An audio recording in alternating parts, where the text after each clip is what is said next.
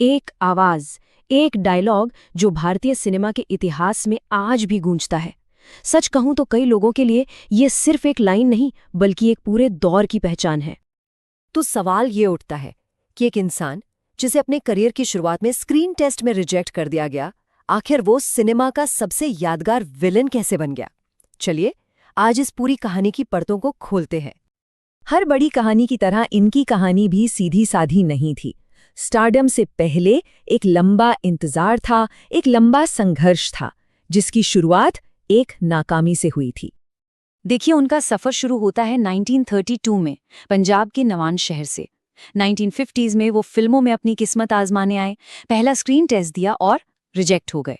इसके बाद गुजारे के लिए एक बीमा कंपनी में काम करना पड़ा, लेकिन अंदर जो एक्टिंग की आग थी वो कभी ठंडी नहीं पड़ी। और आखिरकार 1960s में उन्हें वो जगह मिली जो शायद उनके लिए ही बनी थी, थिएटर का मंच। तो फिल्में भले ही दूर थीं, लेकिन उनका सबसे बड़ा हथियार, उनकी सबसे बड़ी ताकत यहीं इसी मंच पर तैयार हो रही थी। और ये समझना बहुत जरूरी है कि थिएटर उनके लिए कोई साइड ट्रैक नहीं था, बल्कि ये उनकी कला की असली नींव थी। सत्यदेव दुबे और गिरीश कर्नाड जैसे थिएटर की दिग्गजों के साथ काम करके उन्होंने एक्टिंग की वो बारीकियां सीखी जो किताबों में नहीं मिलती। यहीं पर उन्होंने कई नेशनल अवार्ड्स जीते और अपनी उस दमदार आवाज को तराशा जो बाद में उनकी पहचान बन गई। वो जो स्क्रीन पर एक कमांडिंग प्रेजेंस थी ना, वो यहीं पैदा हुई थी।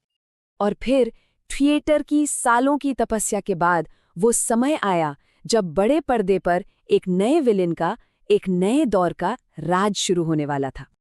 और उनकी धमक सिर्फ बॉलीवुड तक नहीं रुकी।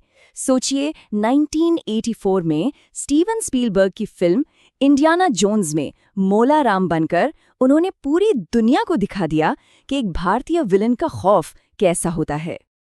फिर आए ठाकुर दुर्जन सिंह, जिनकी क्रूरता और वो डायलॉग मेरे करण अर्जुन आएंगे आज भी लोगों की जुबान पर है। उन्होंने इस किरदार में इतनी जान डाल दी कि लोग सच में उनसे नफरत करने लगे। और यही तो एक एक्टर की सबसे बड़ी जीत होती है। और बलवंत राय को कोई कैसे भूल सकता है? एक ऐसा विलन जो चीखता चिल्लाता नहीं था, वो तो सिर्फ अपनी आंखों से ही खौफ पैदा कर देता था। ये किरदार उनकी एक्टिंग रेंज का एक बेहतरीन नमूना है। और आखिर में मोगैम्बो, एक नाम जो हमेशा हमेशा के लिए अमरीश पुरी का दूसरा नाम बन गया। ये सिर्फ एक किरदार नहीं था, ये अपने आप में एक फिनोमिनन बन गया। तो समझने वाली बात यह है कि मोगैम्बो सिर्फ मिस्टर इंडिया का विलन नहीं रहा। ये नाम अपने आप में बुराई का, एक लार्जर देन लाइफ शैतानियत का प्रतीक बन गया। आज भी भारतीय सिनेमा के इतिहास में इसे सबसे महान खलनायकों में से एक माना जाता है। लेकिन क्या अमरीश पुरी की कहानी सिर्फ विलन के किरदारों तक ही सीमित थी? बिल्कुल नहीं। चलिए आगे बढ़ते हैं और देखते हैं कि इस खौफनाक चेहरे के पीछे कितना वर्सेटाइल एक्टर छुपा हुआ था। जरा इस स्लाइड को देखिए, ये उनकी रेंज को कितनी खूबसूरती से दिखाती है। एक तरफ मिस्टर इंडिया का खूंखार मोगैम्बो है, तो दूसरी तरफ डीडीएलजे के सख्त लेकिन दिल से नर्म बाऊजी हैं।